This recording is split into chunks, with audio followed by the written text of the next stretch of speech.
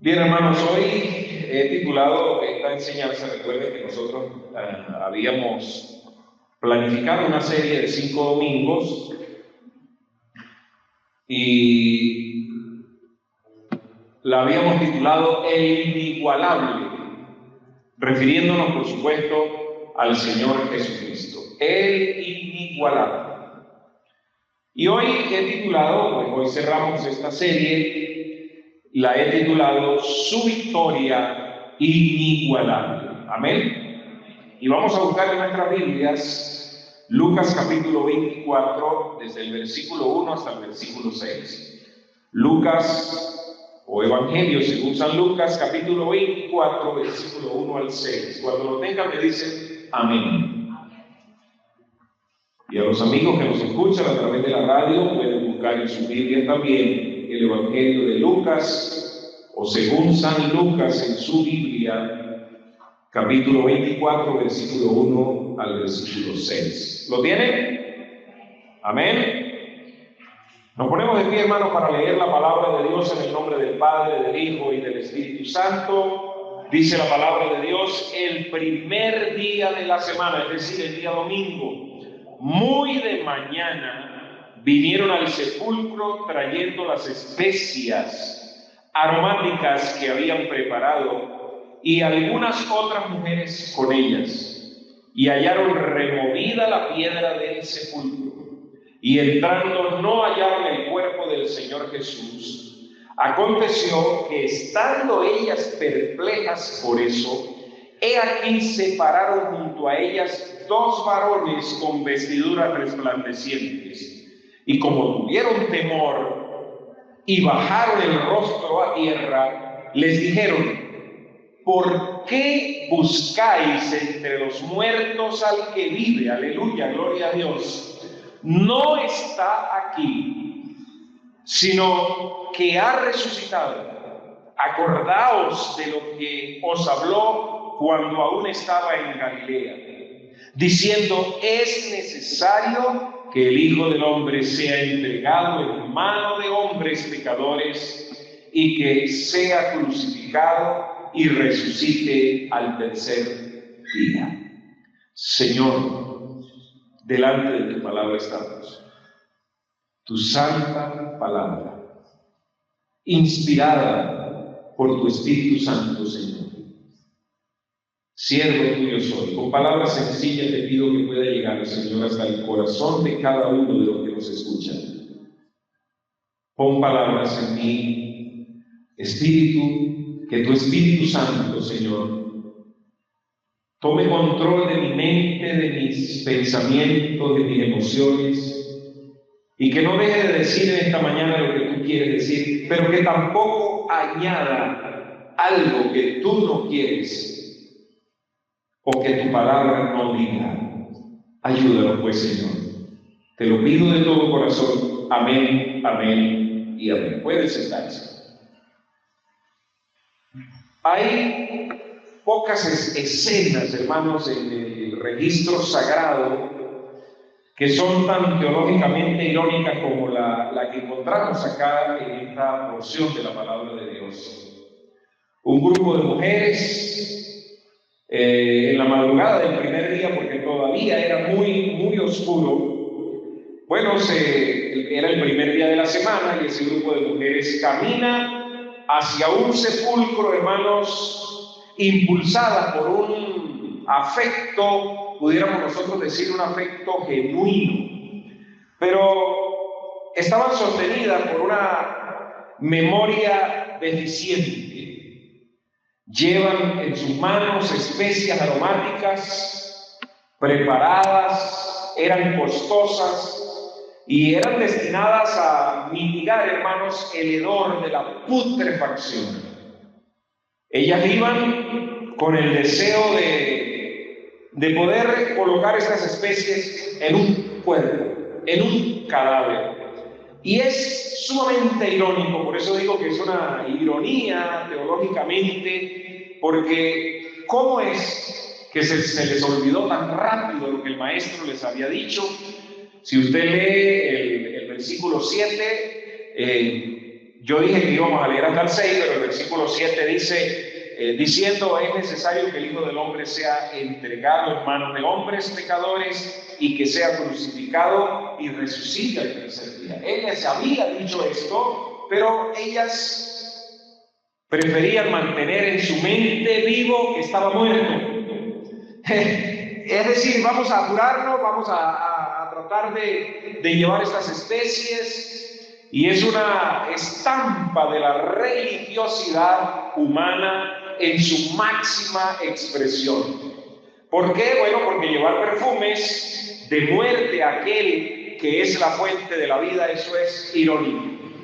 Por eso digo que es una ironía teológicamente hablando, hermanos. Llevarle perfumes a un muerto, pero resulta que Él es la fuente de la vida. Y ellas no iban a celebrar una victoria, claro que no, iban a embalsamar una derrota, hermanos. Y esperaban encontrar la corrupción de la carne, y lógicamente en la tradición judía se dice, la tradición antigua, después de 3 días, decían los judíos antiguos, en sus tradiciones, repito, no lo dice la Escritura, pero en sus tradiciones decían que a los 3 días el espíritu dejaba completamente el cuerpo y ellas estaban apuradas, ellas iban rapidito porque querían pues, como decir, no queremos pues que todavía encontrar algo de espíritu ahí en ese cuerpo. Y entonces ellas estaban olvidando que el Salmo 16 profetizaba que el Santo de Dios jamás vería corrupción, jamás vería, hermano, tal cosa. Y el dilema era que la piedra que sellaba la tumba la llevaban en su mente. Ellas dijeron, pero ¿cómo es que nosotros vamos a entrar? ¿Cómo es que vamos a hacer con esto? Y entonces la incredulidad que sellaba sus propios corazones ante la promesa del Señor que les había entregado con claridad, hermanos, estaba borrosa en la mente de ellos. ¿Con qué facilidad nosotros nos olvidamos de las promesas del Señor? Voy a resucitar al tercer día, como está escrito, como dice la Escritura, el Hijo del Hombre jamás verá corrupción, y nada de eso estaba presente en su mente. Yo tengo una frase aquí para ustedes que dice, la tumba vacía es el acta de independencia del creyente frente al dominio de la muerte. Si usted no se acuerda de nada más de lo que yo le enseño hoy, por lo menos recuerde esa frase. La tumba vacía es el acta de independencia del creyente frente al dominio de la muerte. Cuando usted piense que todo se acabó, que no hay esperanza, recuerde que la tumba está vacía, que no pudo retener a nuestro Señor y Salvador Jesucristo. Bueno, vamos a estar haciendo un pequeño análisis, un pequeño estudio de esta porción de la palabra de Dios de Lucas capítulo 24. Y hermanos, para que esa libertad no sea solo una doctrina en el papel, sino una victoria en nuestra vida, debemos examinar con detenimiento lo que dicen estos versículos.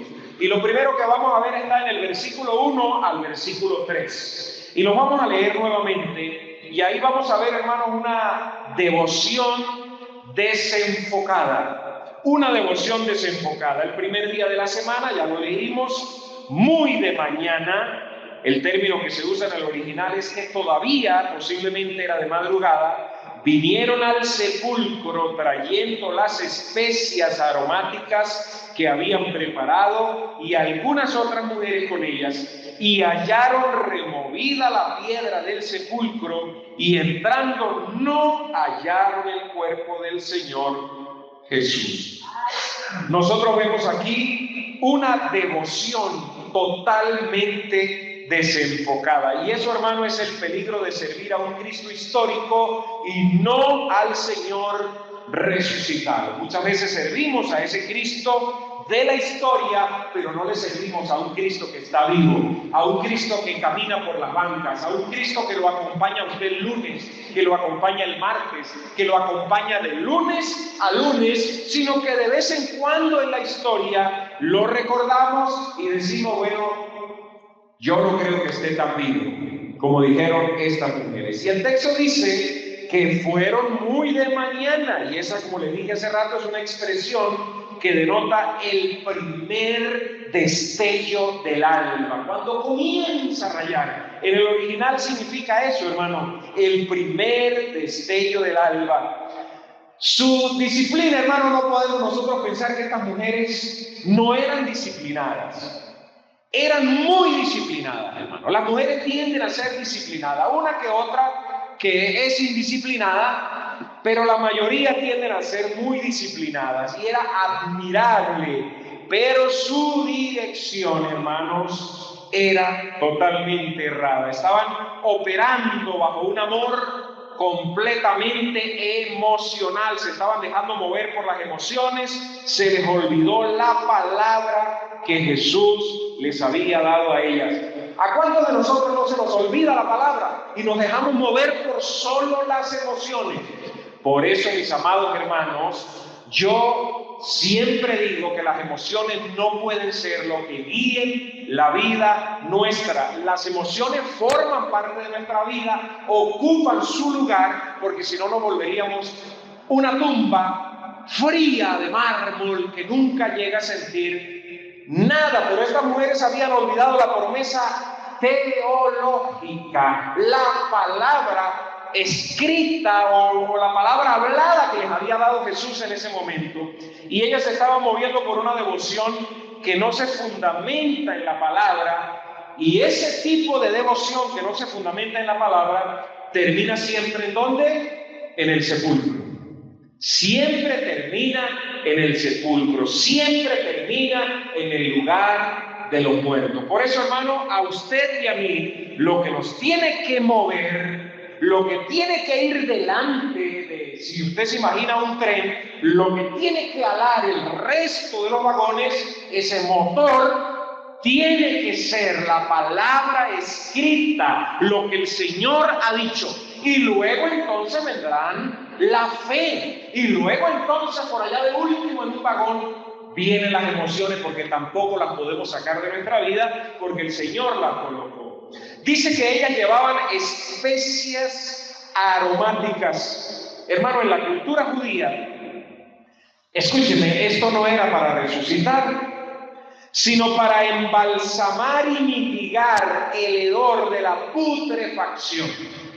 Por eso es que es tan importante conocer la cultura o el contexto cultural de por qué ellos hacían las cosas. Cuando ellos se acercaban, ellos llevaban sus especias, que no eran baratas, no era algo sencillo, y ellas llevaban esto en mente. ¿Usted se la puede imaginar conmigo?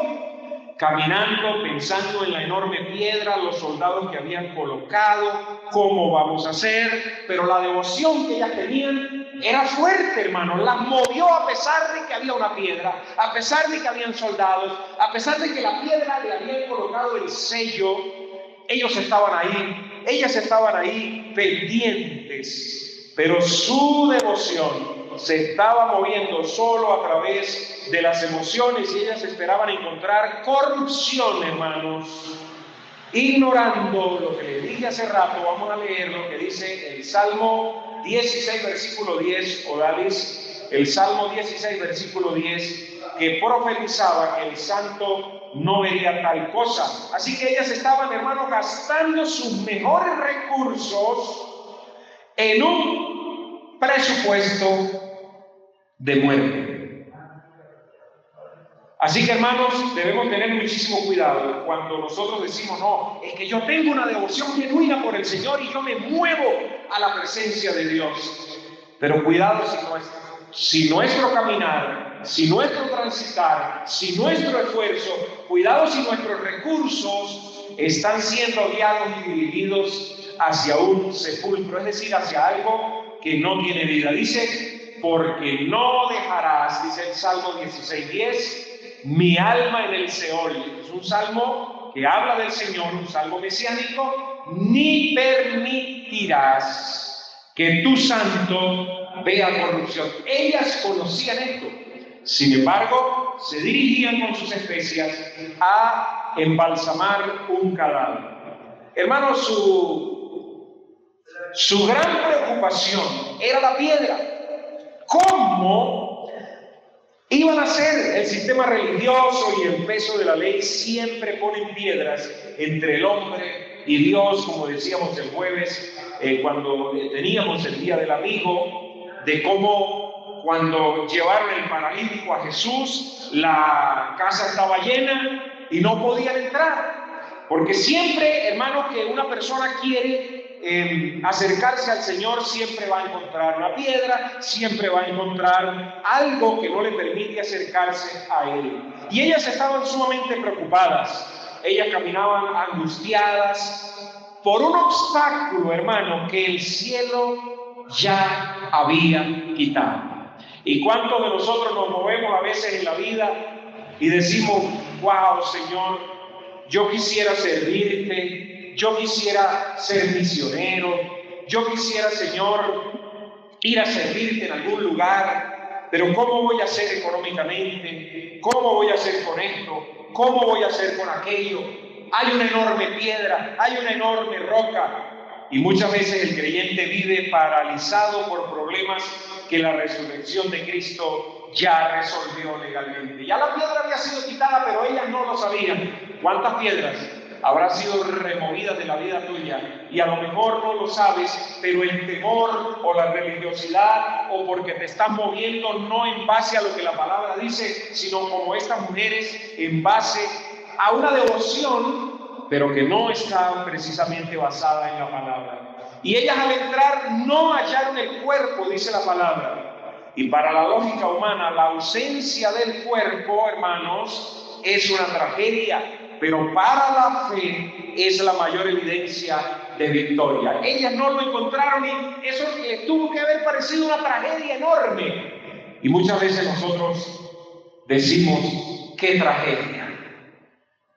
Qué duro lo que nos está pasando, qué difícil lo que me está pasando. Pero hermanos, muchas veces la ausencia de eso es la evidencia de una victoria enorme, de que Cristo ya se había levantado y había vencido los poderes de la muerte. Hermanos, Dios a veces permite que los que le buscamos, que le estamos buscando a Él, muchas veces desaparece para dejarnos claro que no podemos tener la mirada en lo terrenal y que debemos levantar la vista hacia lo celestial. Amén. Permítame ilustrarles esto, hermano.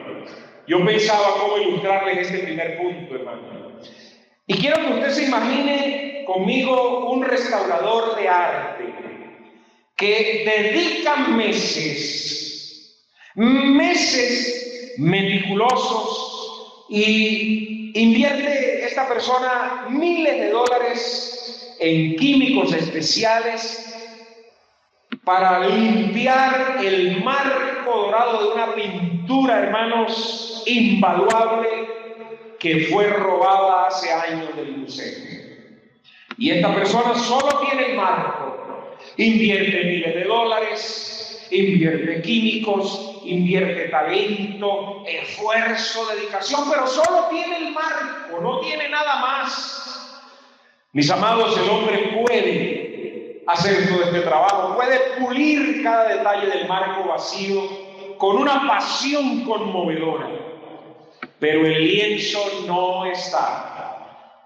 Su esfuerzo es técnicamente perfecto, pero su enfoque es trágico porque está rindiendo culto a una ausencia, ignorando que la obra ya no está allí. Hermano y amigo que nos escucha, no confunda su activismo eclesiástico con una relación viva. No confundamos, y esto es un mensaje para nosotros, lo que a diario estamos trabajando en la iglesia, ese activismo eclesiástico de campañas, de servicios, de vigilias, de ayunos, de salidas a evangelizar. No podemos confundir esto con una relación viva. Usted puede estar decorando el marco de su moralidad mientras el Cristo vivo está fuera de su vida. Y muchas veces nosotros somos ese marco, invertimos en nuestra salud, invertimos en nuestro cuerpo, invertimos en nuestras profesiones, invertimos en nuestra dentadura, en nuestros ojos, en nuestro cabello, en las uñas, en qué cantidad de cosas. Y muchas veces ese lienzo no está presente en nuestras vidas.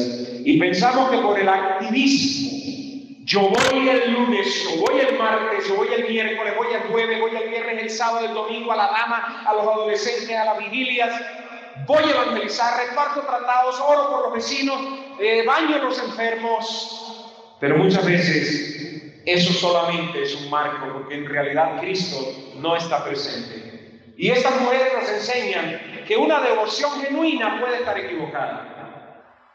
Y muchas veces lo que vivimos dentro de la iglesia, que nos corresponde estar en estos ministerios, nos suele pasar. Le pasó a Asaf en el Salmo 73, que era el ministro de música. Conversábamos con la hermana Jesús en estos días acerca de Asaf, de cómo este hombre vivía en el templo, era el músico principal. El contexto histórico nos dice que ellos debían estudiar 5 años música para poder ser músicos dentro del templo.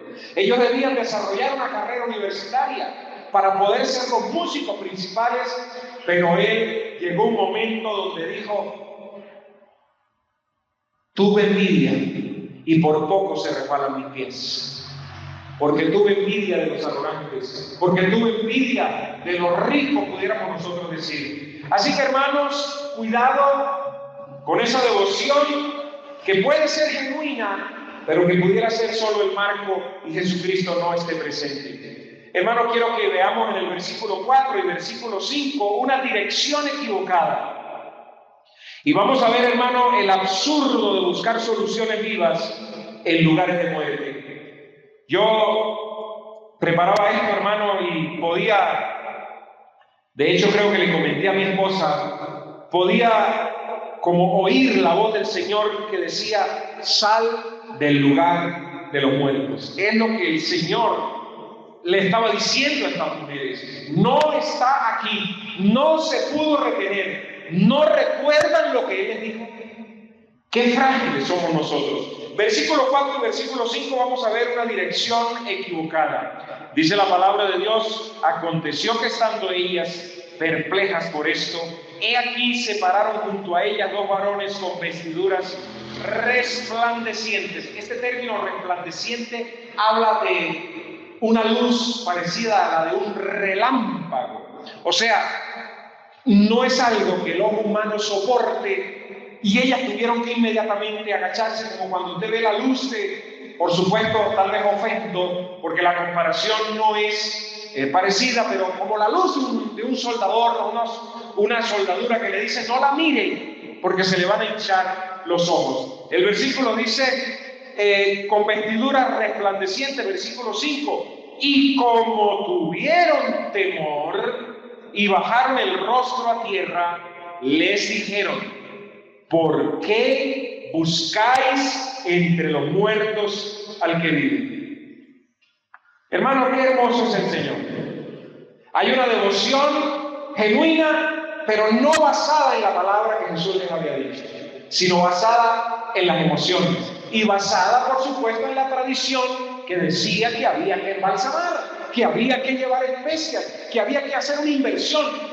¿Qué hicieron ellas con esa inversión económica? Luego no sé qué pasó con esa inversión, pero nosotros vemos aquí, hermano, que el resplandor de los ángeles, que como les dije, esa palabra describe una luz fulgurante como un relámpago, y la reacción de las mujeres fue bajar el rostro. Y esto nos recuerda, hermanos, que la gloria de la resurrección es insoportable para la carne humana.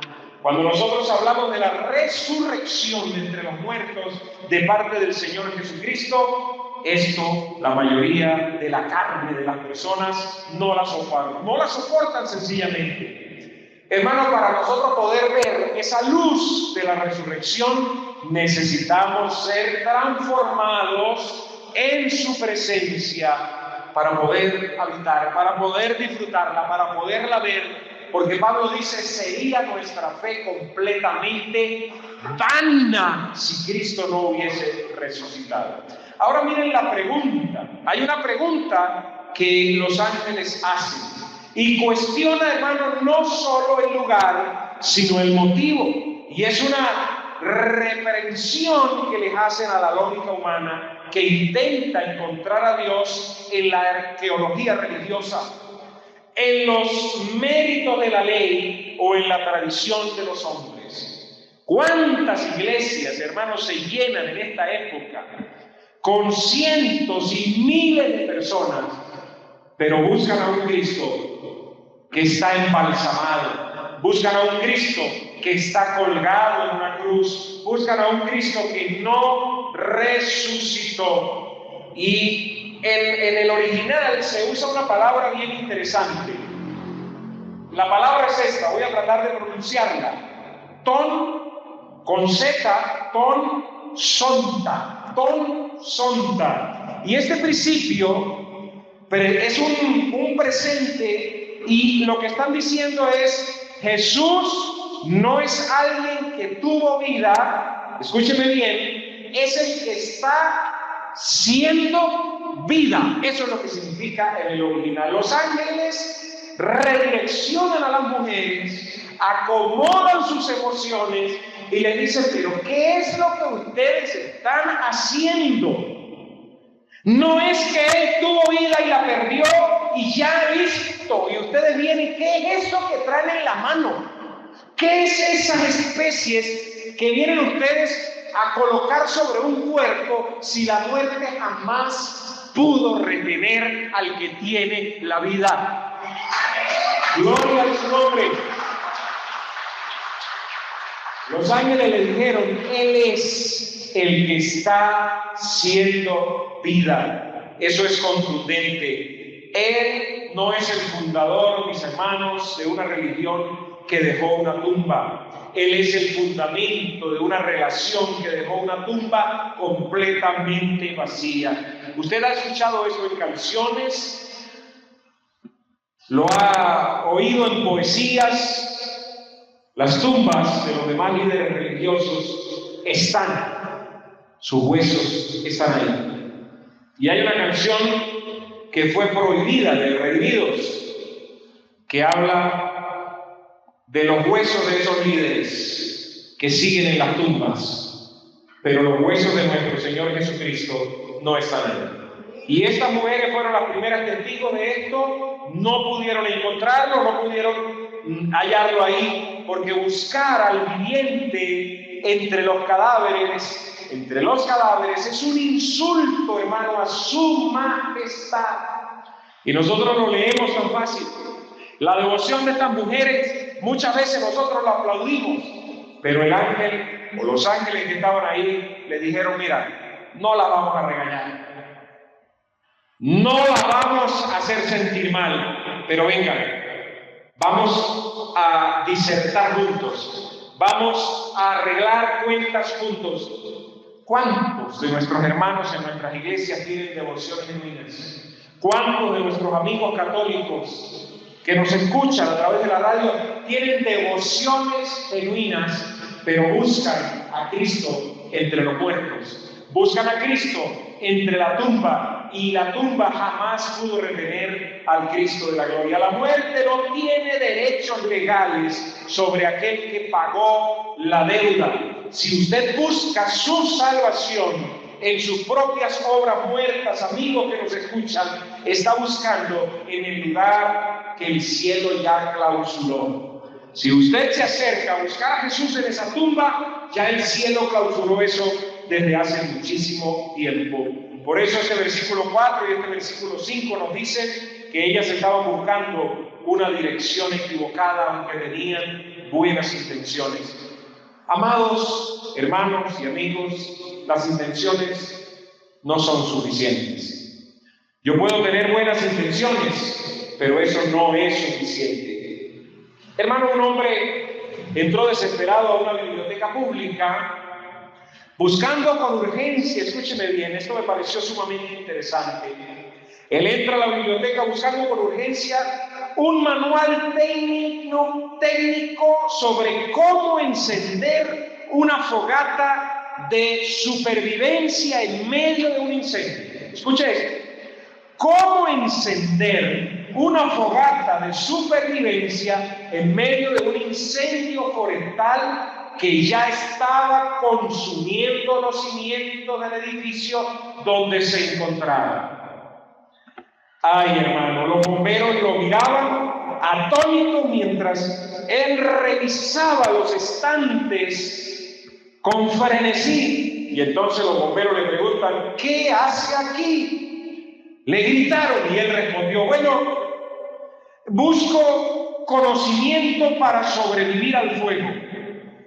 La respuesta fue cortante: salga de aquí ahora mismo. Este edificio es el que se está quemando. El edificio encendido en llamas y él en la biblioteca tratando de conseguir algo, al igual que estas mujeres, tratando de buscar al Señor en un lugar de los muertos. Así que deje de buscar paz, mi hermano, en el cementerio de sus psicologías humanas o méritos personales. Esas son estructuras en llamas que no ofrecen refugio ante el juicio venidero del Señor.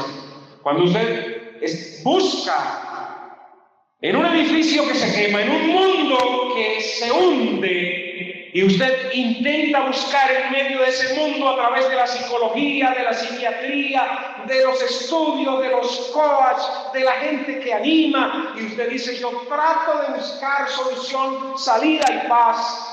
Está como este hombre en un edificio en llamas, tratando de buscar en la biblioteca un libro de cómo encender fogatas para que lo protejan, o de cómo apagar fogatas para que lo guarden. Hermano, lo que veo en el versículo 6 lo he titulado una decisión confirmada. En el versículo 6 vamos a ver la tumba vacía como garantía de nuestra redención y de nuestro rapto para las personas y para los amigos y los hermanos que esperan ese levantamiento de la iglesia. ¿Cuántos dan gloria a Dios y que esperan esa venida del Señor? Amén. El versículo 6 dice: no está aquí. ¿Cuántos dan gloria a Dios por eso?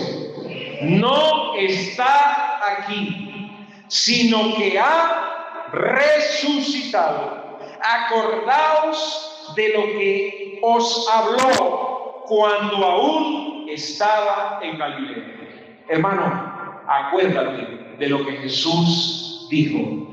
Él dijo que volvería y lo va a cumplir, y lo estamos esperando. Aleluya, gloria a su nombre, esperamos su venida. Hermano, ese no está aquí. Es un no absoluto. No está aquí, es una ausencia absoluta. Es el acta de defunción, pero de la muerte. El acta de defunción de la muerte es lo que los ángeles están diciendo. No está aquí, ha resucitado, se ha levantado entre los muertos. Hermano, es la negación más fuerte que pueda existir en el idioma griego. Y se escribe O-U-K. Ouk.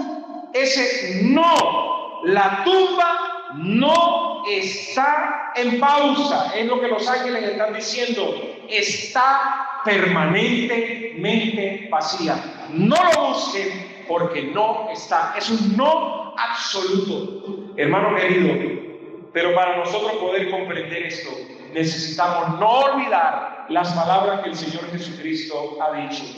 Hermano, la ausencia física de Cristo en la tierra es la prueba de su presencia intercesora en el cielo. ¿Cuántos desean esa intercesión permanente del Señor Jesucristo? Esa ausencia en la tierra de su cuerpo es la presencia permanente en el cielo de esa intercesión. Amados, hay un veredicto del Padre, y en nuestro idioma nosotros no lo vemos, pero en el idioma en que se escribe la Biblia se usa una voz que algunos llaman una voz pasiva, y esa voz pasiva significa fue levantado, donde él dice en el versículo no está aquí, sino que ha resucitado. Significa que hubo un poder que es el mismo que opera en usted hoy para que usted pueda ser salvo, para que usted pueda ser sacado del mercado de los esclavos. Ese poder fue el que levantó a Jesucristo de entre los muertos, y ese mismo poder está operando hoy en ti para que tú le des la gloria y la honra, para que tú seas un testigo viviente de lo que Cristo ha hecho en la tierra, hermanos. Amados, el ángel entonces ordena: acordaos de lo que os habló. Hermano, la fe no se sostiene con experiencias míticas. Escúchenme, porque sé que algunos se van a incomodar con esto. La fe no se sostiene con experiencias míticas. A mí me han dicho: pastor, ustedes son de los que llaman los calladitos, porque ustedes no le dan libertad al Espíritu Santo. De hecho, fue una de las objeciones cuando nosotros fuimos a tomar la iglesia. Fue una de las objeciones que colocaron algunos de los miembros, que en los años yo me he ido enterando, porque esos mismos miembros me han dicho: pastor, yo me levanté la reunión y yo dije, no queremos al pastor Juan, porque ellos no creen en el trabajo que hace el Espíritu Santo. Hermano, créanme que nosotros creemos muy bien el trabajo que el Espíritu Santo hace. Pero hermano, la fe no se puede sostener con experiencias míticas, con que alguien pase y se caiga aquí al frente y se revuelque y entonces su fe sale fortalecida, o que de pronto en medio de la alabanza alguien se despeluque. Yo lo digo porque yo lo he vivido. Yo he predicado campañas evangelísticas donde yo he visto eso. Y recuerdo, estando en el llano adentro, una señora muy elegante con un vestido y muy bien arreglada pasó al frente de la tarima donde yo estaba predicando, y de pronto comenzó, y unas hermanas decían: está siendo llena del Espíritu. Y yo le dije: ese no es el Espíritu Santo. Pastor, mire, sí está siendo llena del Espíritu. Ese no es el Espíritu Santo. Miren cómo se le desabrochó la blusa. Miren cómo deja ver el sostén. ¿Ustedes creen que el Espíritu Santo, que es un Dios de orden, va a permitir que su templo sea profanado de tal manera y que se despeluque? Le dije: ahí hay un espíritu demoníaco que está operando y lo vamos a reprender inmediatamente. Porque hermanos, el ángel le está diciendo a estas mujeres: recuerden lo que él les habló. Nosotros no podemos, hermano, basar nuestra fe en lo que dijo fulano, en lo que dijo sultano, en la experiencia que vivió merengano. Tenemos que basar nuestra fe como iglesia y como cristianos en lo que Jesús ha dicho, en lo que la palabra nos dice, porque es la profecía más segura.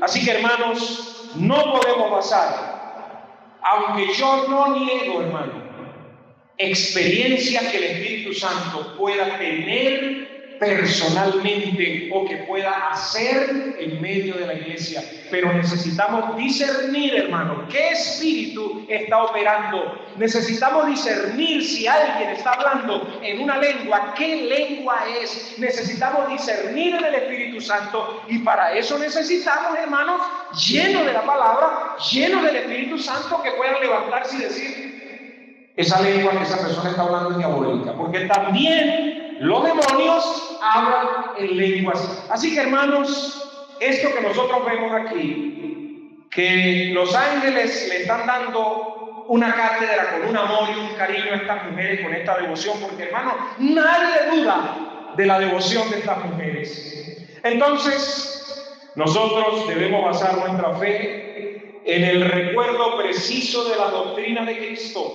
Ahí basaron los apóstoles sus enseñanzas, las doctrinas de Cristo. Hermano, el olvido doctrinal es la madre de la desesperanza, y escúcheme esto, la madre del legalismo.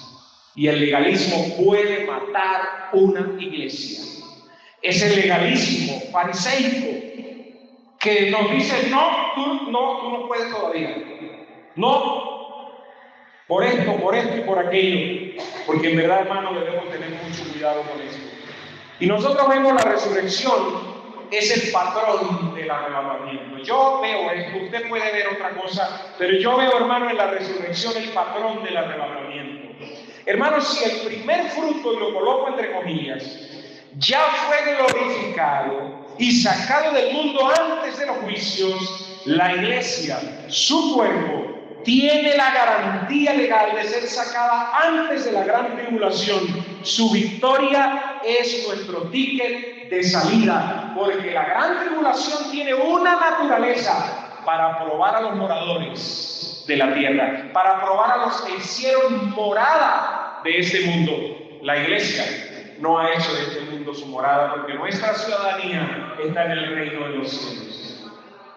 Hermanos, en las antiguas cortes de justicia, cuando una deuda era pagada totalmente por un tesorero, el juez entregaba el documento sellado que el deudor exhibía ante sus acreedores para demostrar que ya no tenía poder legal sobre él. En esas cortes, entonces se entregaba un documento legal que le decía al deudor: tu deuda ha sido completamente pagada. Hermano, cuando Cristo dijo, consumado es, cuando Cristo se levantó de entre los muertos, el Señor estaba diciendo: la deuda está completamente pagada. Así que, mis amados hermanos, viva con la maleta lista. Me decía en estos días una hermana de la iglesia: hermano, yo vivo con la maleta lista. Yo me alegré, pensé que esperaba el regreso de Jesucristo, y me dijo: no, es que yo soy tan, pero tan enferma que todo el tiempo estoy en el hospital y siempre tengo la maleta lista. Y de ahí entonces vino a mi mente que nosotros debemos tener la maleta lista, pero para esperar el regreso de nuestro Señor y Salvador Jesucristo. Amén. Él viene por su iglesia. Es una promesa, hermano, que se cumplirá tan fielmente como su resurrección. Tenga su maleta lista. Tenga su vida preparada. ¿Está lista, hermana Josefa? Amén, gloria a Dios. Si Él quiere venir hoy por nosotros, que venga por nosotros. Yo le invito, hermano, a que usted incline su rostro, cierre sus ojos, y vamos a hacer oración agradeciendo al Señor por esta lección que le dio a estas mujeres que buscaban a Jesús en el lugar equivocado. Le invito, pues, a que hable con el Señor. Hermanos, la piedra no se movió para que Jesús pudiera salir. Se movió para que nosotros pudiéramos ver que la muerte ha sido derrotada legalmente. Ya no tiene poder sobre Jesús, ya no tiene poder sobre nosotros. Así que salga de la zona de los muertos. El Rey vive, el ticket está pagado y el avión está en pista. Maranata, Cristo viene. Aleluya, esperamos su venida maravillosa. Señor y Dios Todopoderoso, en esta hermosa mañana hemos visto la devoción, Señor, desenfocada de unas mujeres que tenían una devoción genuina, pero estaba desenfocada de la palabra que Cristo había dicho. Hemos visto, Señor, una dirección equivocada. Fueron a buscar a la dirección a donde supuestamente estaba el cuerpo, o donde supuestamente había una tumba que retenía el cuerpo de Cristo, pero no pudo. Ni los soldados, ni el sello del imperio, ni la gran piedra, ni la mismísima muerte pudo retener al Rey que vive por los siglos de los siglos.